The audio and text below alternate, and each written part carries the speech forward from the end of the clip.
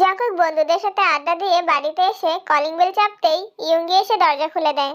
মাশাআল্লাহ, এখন কত সুন্দর লাগছে তোকে। সকালে কিভাবে এসেছিলি? দেখতে কেমন লাগছিল? তাড়াহুড়োতে চুল কাটানোর সময় পাচ্ছিলাম না। কে এসেছে? জঙ্কুক? জি চাচ্চু। শুনলাম সকালে এসেছো, খাওয়া দাওয়া হয়েছে? দুপুরে খাওয়া দাওয়া করেই বেরিয়েছিলাম। আপনি খেয়েছেন? না, এখনো খাওয়া হয়নি। ভাবলাম তুমি এলে একসঙ্গে খাবো। সরি, আমি ফিরতে একটু দেরি করে ফেললাম। না না, কোনো সমস্যা নেই, তুমি ফ্রেশ হয়ে আসো। জাঙ্কুক ফ্রেশ হয়ে আসতে আসতে সুগার চলে এসেছে। তিনজন একসাথে খেতে বসলো। আপনাকে আরেকটু তরকারি দেই? না, আর কিছু নিব না। কি বলিস, কিছু নিবি না? তোর জন্য এত আয়োজন করলাম। আমি তোমাকে দুপুরেও বলেছিলাম মামুনি, এত রান্না করো না। এই রেসিপিটার নাম কি? খেতে খুব ভালো হয়েছে। এটা রুই মাছের কোপ্তা। জঙ্কুক, তুমিও একটু নাও, খেতে খুব ভালো। আমার সত্যিই খিদে নেই চাচ্চু। বন্ধুদের সাথে দেখা হয়েছিল, ওরা জোর করে এটা সেটা খাইয়েছে। বনু, আমাকে দিবি না? অবশ্যই, আমার মেয়ের হাতে জাদু আছে, যা রান্না করে তাই ভালো হয়। বনু, সত্যি এটা তোর রেসিপি? কেন, তোমার কি সন্দেহ হচ্ছে? একদমই না। তে বাইরে থেকে এসে বায়না ধরলো জঙ্কুকের জন্য স্পেশাল আইটেম বানাবে। আমিও না করিনি, কিন্তু জঙ্কুক তো টেস্টই করলো না। জাঙ্কুক করুণ চোখে তাকালো। তে রান্না করেছে জানলে বলার আগে নিয়ে নিত। কিন্তু এখন কি হবে? আমি বুঝতে পারিনি, সরি। এখন দেখিয়ে নিচ্ছি। কোনো প্রয়োজন নেই, আপনার খাওয়া শেষ, আপনি এবার যেতে পারেন। বনু, দিয়ে দে, এমন করিস কেন? সরি ভাইয়া, আমার রেসিপি যেমনই হোক সেটা কাউকে খাওয়াবো না। দিবি না? না। যেহেতু ইয়ুঙ্গি দুজনেই অনেক জোরাজুরি করেছে তেকে, কিন্তু তে নাফরমান্দা। সে নিজের সিদ্ধান্তের বাহিরে যাবে না। চাচু আর মামুনির সামনে জাঙ্কুকও বেশি জোর করলো না। হতাশ ভঙ্গিতে কিছুক্ষণ তাকিয়ে থেকে চুপচাপ উঠে গেল। সুগা খাওয়া দাওয়া শেষ করে রুমে ঢুকলো।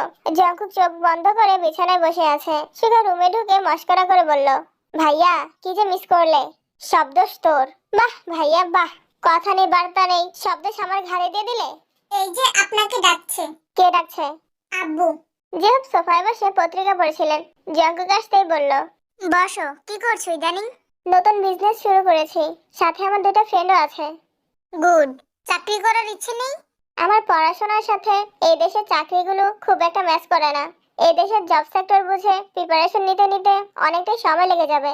আমার ধৈর্য খুবই কম। কেন, কেউ কি তাড়া দিচ্ছে? আপনার মেয়ে আমার স্বপ্নে এসে তাড়া দেয় চাচ্চু।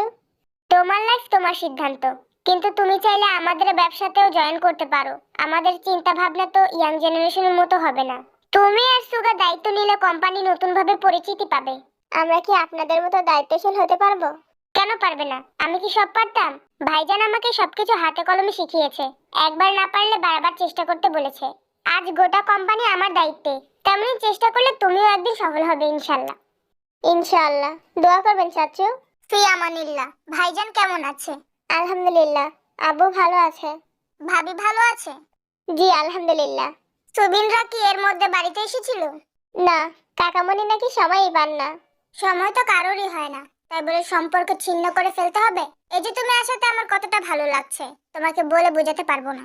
ভাইজানের সাথে কথা হলেই বলি আসার জন্য, কিন্তু উনি আসেনি না। আপনিও তো বাড়িতে যান না। আমি কিভাবে যাব বলো? ভাইজান তো সব দায়িত্ব আমার ঘাড়ে দিয়ে গেছে। ব্যবসা হেরফের হলে রাগের মাথায় বলবে, তোমার দ্বারা কিছুই হয় না। চাচু, একটা কথা বলবো, যদি কিছু মনে না করেন। হ্যাঁ বাবা, বলো। আমি চাই সামনের ঈদ আমরা সবাই একসঙ্গে পালন করতে। আমার অনেক দিনের ইচ্ছে, প্লিজ না করবেন না। আমার ভাতিজার ইচ্ছে পূরণ করব না তা কি হয়? ইনশাআল্লাহ তোমার ইচ্ছে পূরণ করব।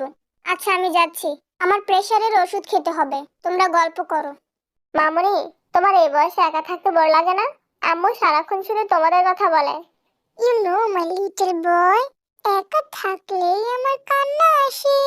এল্ডার জায়ের সাথে কাটানো দিনগুলোর কথা খুব মনে পড়ে।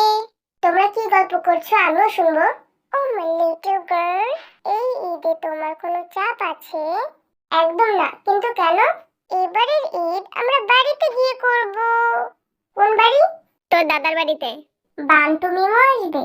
হ্যাঁ। ঈদের পরে বিয়েও আছে একটা। জঙ্কুক ভাইয়ের বিয়ে? জঙ্কুকের বিয়ে না, শরীফের বিয়ে। শরীফ কি? সম্পর্কে তোমার কাজিন হয়। জঙ্কুক ভাই, আপনি বিয়ে করবেন কবে? জানি না। আপনার বিয়েতে কি আমাকে দাওয়াত দিবেন না? তোকে ছাড়া আমার বিয়েই অসম্পূর্ণ থাকবে। তোর জন্য স্পেশাল কার্ড পাঠাবো, চিন্তা করিস না। অনেক রাত হয়ে যাচ্ছে, ঘুমাতে যাও তোমরা। এতদিন পর জঙ্কুক ভাই এসেছে, একটু গল্প করি। ইয়ঙ্গি চলে যাওয়ার পর জাঙ্কুক তের দিকে তাকিয়ে বলল, তুই খুব স্বার্থপর। আমি আপনার সাথে কি করেছি? তুই ভেবে দেখ, আমি কেন বলবো?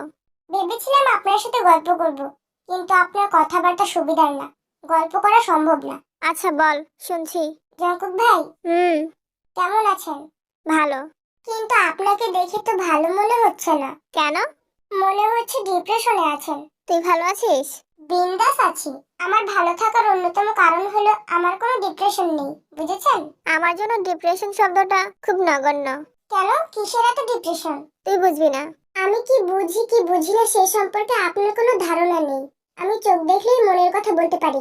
তাহলে আমার চোখের দিকে তাকিয়ে বল, আমার মনে কি চলছে। তুই কিছুটা ঝুঁকে চোখ বড় বড় করে তাকালো। বুঝতে পেরেছিস? আমি যা বুঝলাম, আপনার মনের মধ্যে একসঙ্গে অনেক কিছু ঘুরপাক খাচ্ছে, আর একটু পর পর একটা ভাবনা আরেকটা ভাবনার সঙ্গে ধাক্কা খাচ্ছে।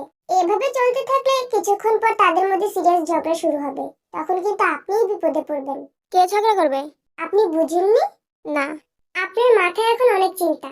যেমন একটু আগে আব্বু আম্মুর সাথে কথা বলছিলেন, সেসব। আমার রেসিপি ট্রাই করতে দেনি, সেই কষ্ট। বন্ধুদের সাথে আড্ডা দিয়ে এসেছেন, তাদের চিন্তা। বাড়িতে বড় আব্বু বড় আম্মু আছে, তাদের চিন্তা। সর্বশেষ সর্বশেষ কি? প্রেমে ধোঁকা খাওয়ার কষ্ট। মানে? আপনি যে প্রেমে ধোঁকা খেয়েছেন সেটা আমি ভালোই বুঝতে পেরেছি। না হয় এমন দেবদাসের মতো চেহারা করে রেখেছেন কেন? এরকম দেবদাসের মতো চেহারা তো আপনার কখনোই ছিল না। আমার কাছে স্বীকার করতে পারেন, বিশ্বাস করুন। আমি কাউকে বলবো না। আমাকে শেয়ার করলে আপনার মনটা একটু হালকা হবে। এক কাপ চা হবে? এক্ষুনি আনছি। তে এক ছুটে রান্নাঘরে গেল। চায়ের পানি বসিয়ে হঠাৎই কিছু একটা ভেবে ড্রয়িং রুমের দিকে তাকালো। জঙ্কুক সোফায় হেলান দিয়ে বসে আছে। দেখতে কত কিউট লাগছে। চোখ সরতেই চাইছে না। যেমন লম্বা তেমনি বডি ফিটনেস। গায়ের রং উজ্জ্বল শ্যামলা হলেও দেখতে রাজপুত্রের মতো। যে কেউ এক দেখাতেই ফিদা হয়ে যাবে। এমন ছেলে কি কেউ ধোঁকা দেয়? এমন একটা ছেলে যদি আমাকে ভালোবাসতো, তাহলে আমি সব ছেড়ে ছুড়ে তার প্রেমে ডুবে যেতাম। ছি তে, ছি। তুই এসব কি ভাবছিস? উনি তোর ভাই। কিছুক্ষণের মধ্যে তে চা বানিয়ে জঙ্কুককে এক কাপ চা দিয়ে নিজেও চায়ের কাপ নিয়ে বসলো। তে, প্রেম সম্পর্কে তোর ধারণা কি? প্রেম মানে গাছের পাতা, ছাগলে পেলে ছাড়ে না। তোর কথাতেই ধরে নিলাম প্রেম মানে গাছের পাতা। এখন ব্যাখ্যা দেই। একটা গাছ যখন ছোট থাকে তখন তার পুষ্টির দরকার হয়। পুষ্টি বেশি পেলে গাছের পাতাগুলো সুন্দর আর সতেজ হয়। তেমনি প্রেমের প্রথম অর্থ যত্ন। যত্নে রাখতে জানলে গাছের পাতার মতো প্রেমটাও সতেজ থাকে। গাছের পাতার যেমন নির্দিষ্ট কিছু কাজ থাকে, তোদের বিজ্ঞানের ভাষায় খাদ্য উৎপাদন, বাষ্পমোচন, আরো কি কি। একটা বৃক্ষকে টিকিয়ে রাখার জন্য এগুলো পাতার দায়িত্ব। তেমনি একটা সম্পর্ক টিকিয়ে রাখার জন্য দায়িত্ববোধ থাকতে হয়। তাই প্রেম মানে দায়িত্ব, প্রেম মানে শ্রদ্ধা, সম্মান। ভালোবাসার মানুষের মধ্যে সম্মান না থাকলে সেই ভালোবাসা কোনোদিনও স্থায়িত্ব পায় না। পাতাতেও তাই। আবার একটা গাছ যখন ছোট থাকে তখন পাতাগুলো নিজের মতো জন্মায়, বৃদ্ধি পায়। একটা সময় পর গাছ পরিপক্ক হয়। পাতাগুলো তেমন কচি থেকে বড়, তারপর বৃদ্ধ, একসময় ঝরে পড়ে। পাতার জন্ম মৃত্যু পুরোটাই বিশ্বাসের জোরে। কারণ গাছ তাকে টিকে থাকার মতো সাপোর্টটা দিবে, এই আশা থাকে পাতার মনে। তেমনি প্রেম মানে বিশ্বাস। বিশ্বাস ছাড়া প্রেমের অস্তিত্ব খুঁজে পাওয়া যাবে না। প্রেম মানে গাছের পাতা হলে সেই পাতাও কারো জীবনের জন্য অমূল্য। রাখতে জানলে শত বাধার পরও থেকে যায়। আর প্রেম খাঁটি হলে বিড়ালও গাছের পাতা খেয়ে নেয়। বুঝলেন ম্যাম? আপনার ব্যাখ্যা শুনে আমি নির্বাক হয়ে গেলাম। এভাবে বললে বিড়াল কেন, আমি নিজেই পাতা খেয়ে নিব। তোকে পাতা খেতে হবে না। সরি জঙ্কুক ভাই। কেন? আমি আপনাকে রেসিপি ট্রাই করতে দেইনি, তাই আন্তরিকভাবে দুঃখিত। আপনি একটু অপেক্ষা করুন, আমি এক্ষুনি নিয়ে আসছি। তে রান্নাঘর থেকে ছোট বাটিতে একটু তরকারি এনে জঙ্কুকের সামনে রাখে। খেতে দেইনি বলে আবার কখনো হয়তো আমাকেও কত কি শুনিয়ে দিবেন। আমি কি আসতে পারি? তুমি অলরেডি ড্রয়িং রুমে দাঁড়িয়ে আছো ভাইয়া, ভিতরে আসো, গল্প করি। সরি রে, তোকে না ডেকে চা খেয়ে নিলাম। আমি রাতে চা খাই না, বোন খুব ভালো করেই জানে। তোর বোন তোর ব্যাপারে জানবে, এটা খুব স্বাভাবিক ব্যাপার। আমার বোন হলে অবশ্যই আমার ব্যাপারে সব জানতো। তোমার বোন তো আছেই, বোন প্লাস অন্য কিছু। কার কথা বলছিস? লিসার। লিসা কে ভাইয়া?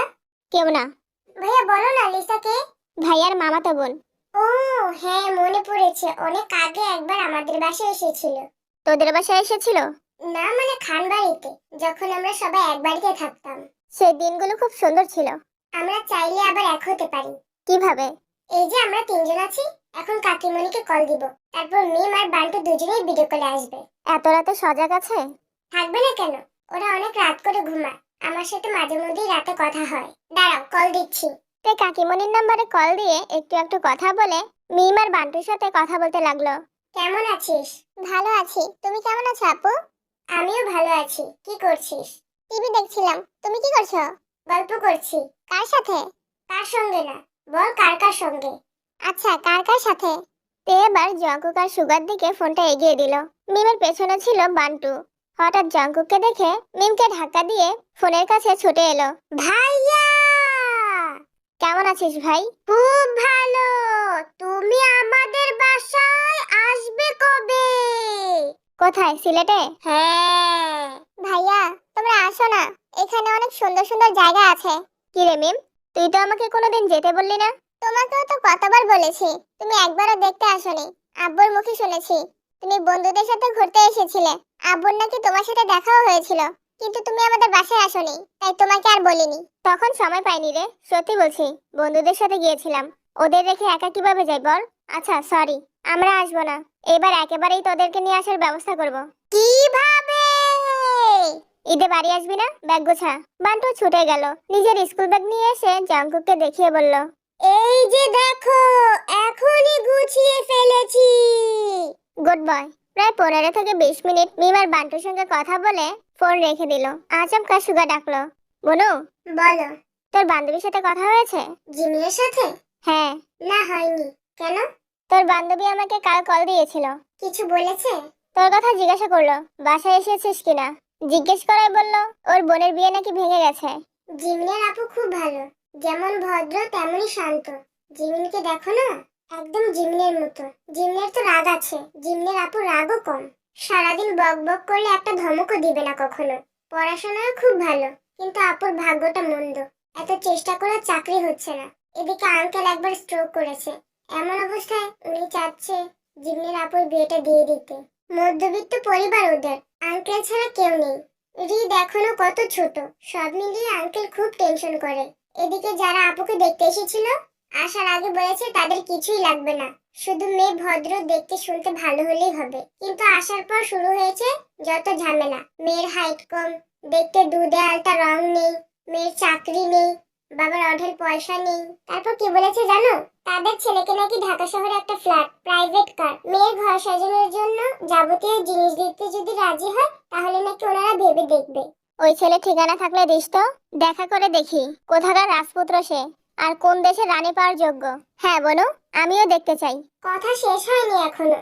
ছেলের এক মামা এসেছিল, উনি আপুর এসএসসি, এইচএসসি, স্নাতক সব সার্টিফিকেট, মার্কশিট পরীক্ষা করেছেন। এমন ভাবে যাচাই বাছাই করছিল, মনে হচ্ছিল উনি চাকরির ইন্টারভিউ নিতে এসেছে। মাঝখানে ছেলের মা কি বলে জানো? কি বলেছে? আমি আর জিমিন সিঁড়ির কাছে দাঁড়িয়েছিলাম, ছেলের মা আমাদের দিকে তাকিয়ে হঠাৎ আমাকে ইশারা করে বলল, এই মেয়েকে আমার খুব পছন্দ হয়েছে, আমার ছেলের সাথে বেশ মানাবে। ওর মতো একটা মেয়ে তো খুঁজছিলাম আমি, ভাই সে কে হয় আপনার? তারপর আঙ্কেল রেগে গিয়ে বলল, ধরে নিন আমারই মেয়ে, কি বলতে চান বলুন। তারপর ভদ্র মহিলা কি বলে জানো? আপনার ওই মেয়েকে আমার ছেলের সাথে বিয়ে দিলে আমরা কিছু তো স্যাক্রিফাইস করতে পারি, যেমন ধরুন প্রাইভেট কার বা ফ্ল্যাট, যে কোনো একটা দিলেই হবে।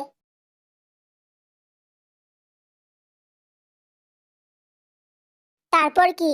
থাক, আর কিছু বলবো না, যা হওয়ার ছিল তা হয়েছে। বিয়ে ভেঙেছে, খুব ভালো হয়েছে। আমি আর জিমিন খুব করে চাচ্ছিলাম বিয়েটা যেন ভেঙে যায়। তোকে বলতে বলছি তে, তারপর কি বল। তারপরও আপনি একটু ভেবে দেখুন, আঙ্কেল তখন ভীষণ রেগে গিয়েছে, ইচ্ছে মতো কথা শুনিয়ে বের করে দিয়েছে।